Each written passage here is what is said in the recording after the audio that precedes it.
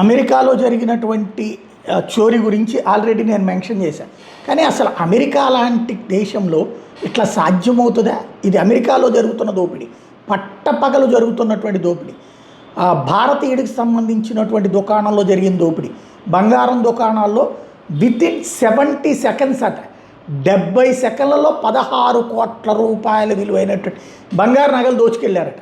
ఇది అమెరికాలో జరిగినటువంటి విచిత్రాలలోకెల్లా విచిత్రమైనటువంటి వ్యవహారం. 70 సెకండ్లలో, ఇదిగో చూడండి, కార్లలో కూడా ఎక్కేసి వెళ్ళిపోతున్నటువంటి ఈ దృశ్యాలు ఇప్పుడు సంచలనం సృష్టిస్తున్నాయి. కార్లలో కూడా జంప్ అయిపోవడం అన్నటువంటిది.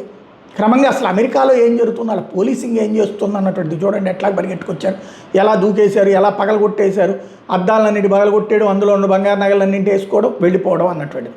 పట్టపగలు జరిగినటువంటి ఇది దోపిడీ వచ్చేటప్పటికి కాలిఫోర్నియాలో ఉన్నటువంటి ఫ్రీమాంట్లో ఉన్నటువంటి కుమార్ జ్యువెలరీలో జరిగింది. 20 మంది కలిసి $1.7 మిలియన్ సంబంధించినటువంటి దోపిడీ.